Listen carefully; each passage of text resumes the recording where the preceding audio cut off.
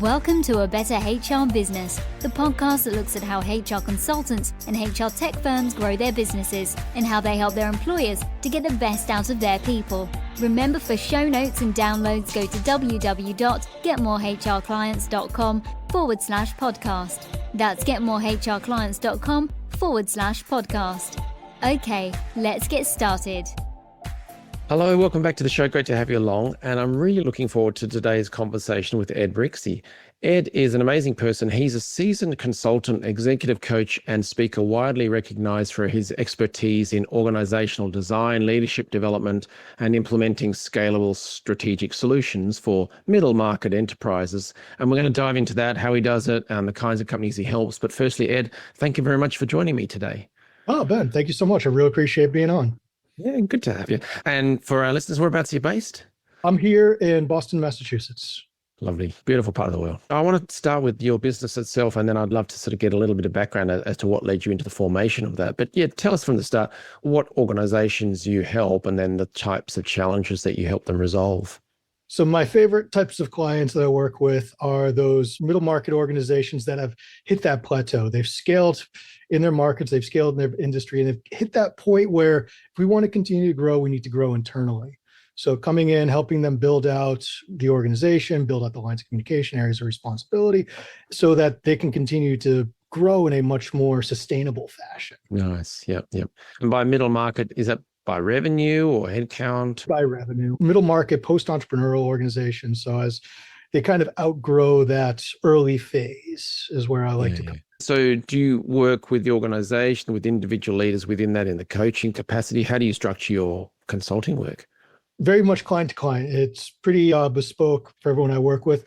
Majority is working with the C-suite and helping them to build out the organization, and then some executive coaching on what it takes to make that transition from a high growth organization into leading a more enterprise focused. Yeah, fascinating. Early in my career, I started in a company that was the company wasn't in a great state. It was big, lots of profit and so on, but it was in dying industries, let's say, or just underperforming. And new CEO, new team in place. And wow, change, but good change. And it took on a whole new life. So I've seen personally the impact it can have just from a room full of people. It's amazing, right? It really is. It's a lot of fun watching organizations. It's one of those where they just can't get out of their own way, but helping them to realize that that's the issue. And then, okay, how do we grow past that? Because we're here, we want to continue to build up, but it's sometimes you just outgrow yourself almost. Yeah. And organizations at every different level or every different stage, there are different issues that crop up. So the small businesses have their startup, their teething issues, all that kind of stuff. But what are the kinds of main problems you see within that broad spectrum of communication and leadership? The key things is we just start to see it gets stretched thin, where when you're early, you have a lot of people wearing a lot of different hats. It's easy to say we're all responsible for these different areas. And now when you start outgrowing that is where you start to see the redundancies, the overlap, the efficiency of, small, quick decision-making is suddenly taking a lot longer than it used to. And they're just not able to react as readily as they used to be. And your work has a crossover, I suspect, between coaching and consulting. How do you define that? And how do you explain that for new organizations? Well, certainly for the organization, it's taken an organization-wide focus, but working with, I very much believe in sort of the top-down efforts. So working with those executives to say, hey, here's where we want to go with the organization, and here are some of the changes that we need to make if we want to get there. And so generally at first, it's a little bit more consultative and helping them to understand root issues, long-term problems, better goal setting. And then from there, as we continue on the work, it turns much more into a coaching practice and helping them to adjust and stay on track. You've had a fascinating career. What brought you to this place where you are now, the skills you've got, the kind of work you're doing? What led you to this point? Oh, certainly. Very, very non-traditional. My ancient history, past life was within the military. And after coming out of the service, went back, got my education, and was like, I want to go into consulting. I got the MBA. I just don't want to go work for somebody else. And so I hung my shingle up on the wall, started asking organizations. Straight away. Hey, I trained, led, and developed people for 12 years. And in 10 years, what started out as a lot of just management focus, a lot of leadership development, has grown into a much more strategic focused consultancy, which has been a lot of fun watching that change and watching those trends. That's really interesting. So for people who don't necessarily come from a pure, let's call it HR in this instance, an HR background to then go into HR consulting, maybe they're an engineering manager in a past life, as you say, or even leading people. What's your advice to them? Because it's a big hurdle in their mind, I suspect. It's a big hurdle in the mind for me. A lot of it was just translation of understanding, okay, here's the skill sets that I developed over time. Here's how I've worked with people. Of course, military is, there's no push-ups in business. People are people. And so understanding and going a little bit deeper onto, for me, a lot of it has been the organizational behavior studies, a lot of applied psychology and understanding, here's where I came from, here's what I was actually doing, and here's how we can implement that in organizations. Just a lot of tying those threads together. And then across your career, what have you learned about leadership so that you can then apply it to the work you're doing for your clients? Tons. For me, a lot of it is being willing to be the change maker. Isn't so much being at the front of the change, it's espousing the change and really taking it to heart and saying, here's what we want to do, and being the exemplar of showcasing, here's the new way operating, here's the way we're going forward, and here's why. Turns into very much of an internal process, and the more that people can internalize it, the more people can adopt it, then the more everyone else is going to see that positive pressure coming from in order to make that change happen. Yeah. And I know you've been having a lot of interesting conversations with leaders, and you're sort of trying to collate that into some, I don't know, form that you can share with people. Can you tell me a bit about those discussions? What are you talking about, and how do you plan to share that with people? Certainly. So a little while ago, I was looking around and I was like, you know what? I'm working with a lot of organizations that need the help. What about the organizations that don't need me? And so about almost 2 years ago now, I started reaching out to those high growth organizations that were leading their verticals. And my first inquiry was, let's talk about the culture of your organization, what cultural artifacts, what pieces of your organization has actually gotten you to that point. And as I started talking with all these various CEOs and everybody, it was not so much those artifacts were so unique and different for every one of them. That was absolutely their own little piece, their own little competitive advantage, just can't be replicated because it's them. And it's them because it's the way those leaders have grown, the way those leaders have developed. What I found though was when you look at high growth, high impact leaders, they do go through a couple key stages. Generally, there's an inciting incident or a crucible at first. They've developed their skills as a leader, learning how to develop other leaders, which was usually the hardest part for them. And then the last, as they reach more senior in their careers or they're looking for those next steps, is how do I leave behind the legacy? And working through those 4 stages, I saw there's just sort of little commonalities between the way that they all went. This has morphed into an ongoing, what I call my HR roadshow here across the US, and is now a little bit of an ebook that I've put together sort of with some of the ideas and best practices on how to help build and grow and almost support these leaders as they go through these different phases. Wow. I don't know why, but I got an image of that series 7 Up or whatever, where they keep interviewing people after every 7 years. Maybe you could be doing that with these leaders. Yeah, we are kicking off round 2 now. So I'm starting to go out for the next round of interviews that I hope to conduct in Q4. So very much looking forward to keeping those conversations going because they've been utterly fascinating. Yeah, that would be. Any surprises or things you weren't expecting? The big surprise was phase 3, was learning how to build other leaders, especially for the ones that were very entrepreneurial, that built their own organizations, letting go of the reins, letting them experience the hardship and a little bit of that challenging decision-making. You could see on so many of their faces just how much it strained them and how big of a learning curve that was. It was really difficult to learn to let go and challenge others, or allow others to be challenged rather. And then if I look at how you're growing your own business itself, like it's one thing to say that I help middle market companies, but how do you actually get in to find the ones that need your help? A lot of referrals.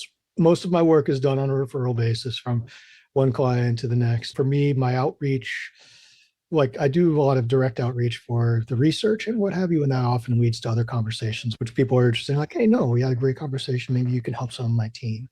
So It's been a fantastic sort of go around journey, a lot of just direct getting to people, having great conversations. And for me, it's, business is all about relationships. So the more that I can work with people, get to know them, then we just sort of build that bond that naturally transitions to me finding ways to help them out.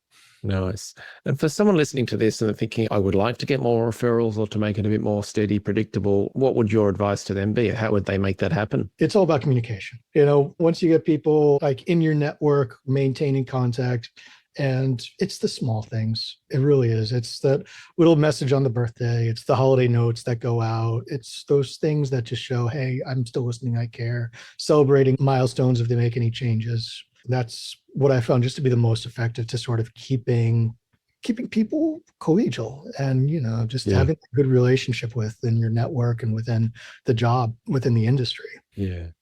Some people might think, oh, wow, he's lucky. And then I'm also thinking on the other side, well, you're making your own luck there. And you make it sound simple, but there's a bit of proactiveness, or if that's the word, and just taking action and just being active about it. Is that right? Well, certainly. I mean, luck is just being in the right place at the right time. And the more you make sure you're in various places at various times, the more eventually, by the law of averages, one of those will be the right place at the right time. So it's all about persistence. It's sort of when you back off and stop engaging, that's when you miss the opportunities. Great advice. With the referrals, do you formally ask, hey, do you know of anyone, or do you just let it come to you? How do you handle that specific aspect? It's mixed. It depends on the relationship. For people I've worked with that I know might have some context or seem like through our conversations where it comes up more naturally, absolutely. It's very rarely a hard ask. Yeah. And then the other thing you mentioned was doing the interviews and so on. And that's one of the reasons why I love starting or running podcasts. It's a great way to have conversations with people. And so for people listening to this, if you think you want to connect with people, either podcast or research, it could be a wonderful way to connect with people. And then they can either maybe get you some referrals, can get you direct new work from that. That's been your experience, has it, Ed? These are just nice little feathers to have in the hat, little great conversations to have, and just additional people to, have conversations with and reach and, hear your story. Yeah. And what's the Forbes Council? Forbes Coaching, I forget the actual title. Well, the Forbes Coaches Council is an invite network of thought leaders where we, ascribe and share our ideas. We have a little corner of the Forbes platform for ourselves, and it's great for us to put out some additional articles. And they do quite a bit of just panel articles. So I think I've hit almost 20 this year that I've been on different panels through them, sharing little tidbits of information around business and HR and people. And do you find that's useful from a business branding growth perspective? Definitely. From a branding and growth perspective, it's been great. It's also just nice to be in the room with other like-minded experts, because you start to share ideas, you share business. We have our own little forums on the back end where we can share ideas around everything from, hey, our latest book release. Oh, I'm looking at starting a podcast or want to be on more podcasts, or even how do we integrate AI, or how do we see our clients integrating AI and what are we doing about it? So it's a nice way just to keep those professional level conversations. Yeah. Keep us sharp. But I suspect that you would never have been invited in the first place to participate in that council, which sounds like a really powerful networking group and support group. But had you not been proactive and doing these little small things, but just keep doing them, keep putting your name out there, or being in the right place at the right time, that opportunity would not have opened up. Is that right? Absolutely. It's, being through there and just being consistent online has absolutely helped build some of those bridges. It's nice because with the council, I'm now talking with various publishers and looking actually, as I take all of this great information about leadership and cultural development, we're looking at actually forming into something longer and getting a good book out there. So cool. And did I see you did a TED talk or a presentation of that site? I did TEDx Babson earlier this year. So how was that? Oh, fantastic. It's just so much fun being with those events on that stage and just sharing, cool ideas and great things. Yeah. And then you're an alumni of that group, if you like, and you've got that sort of network. Absolutely. It's a great network to be a part of. It's actually, I'm already an alumni of Babson College. So it's just kind of compounding how awesome that school's been for me. Fantastic. Just to wrap it up, in terms of ideal clients, if people are listening to this thinking, oh, wow, we need help in our company, or if I know of a firm, I don't do these sort of services that Ed does, just remind everyone of the ideal clients. The ideal clients for me are those organizations that have plateaued. They've been growing and now all of a sudden their market's a little bit saturated, or they're looking for that next opportunity. And they realize just the internal workings aren't there for us to grow effectively and efficiently. Okay, good to know. And then your report or ebook, you've got a previous edition, you've got another one coming out. Is that right? We've got the ebook out and we're looking at a longer form, but the ebook is on my website at leadfromthefront.net, and it's just a free download. Come and check it out. Excellent. So leadfromthefront.net, check the show notes. We'll have the links there for you. Any final advice for people listening to this who are running a workplace HR related business in terms of marketing and growth? What's your advice on how they could continue to grow their business, keep it vital?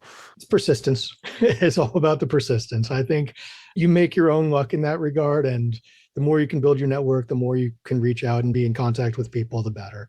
Business is fundamentally a people industry, no matter where you're at. So, Well, Ed, you're doing great work, but also you're doing it for C-suites of large organizations. So that means you're having a large flow-on effect, I bet. So I suspect you're changing workplaces for the better. So I thank you for that. And I just encourage you to keep going. And thank you very much for sharing your insights today. All right, great. Thank you so much, Ben. I really appreciate the opportunity to. Thanks for joining us today on A Better HR Business, the podcast that explores the world of HR consulting and HR tech businesses. For show notes and downloads, go to www.getmorehrclients.com/podcast. That's getmorehrclients.com/podcast. Remember to subscribe and share the show with any friends who are busy growing a HR business. Thanks, and see you next time.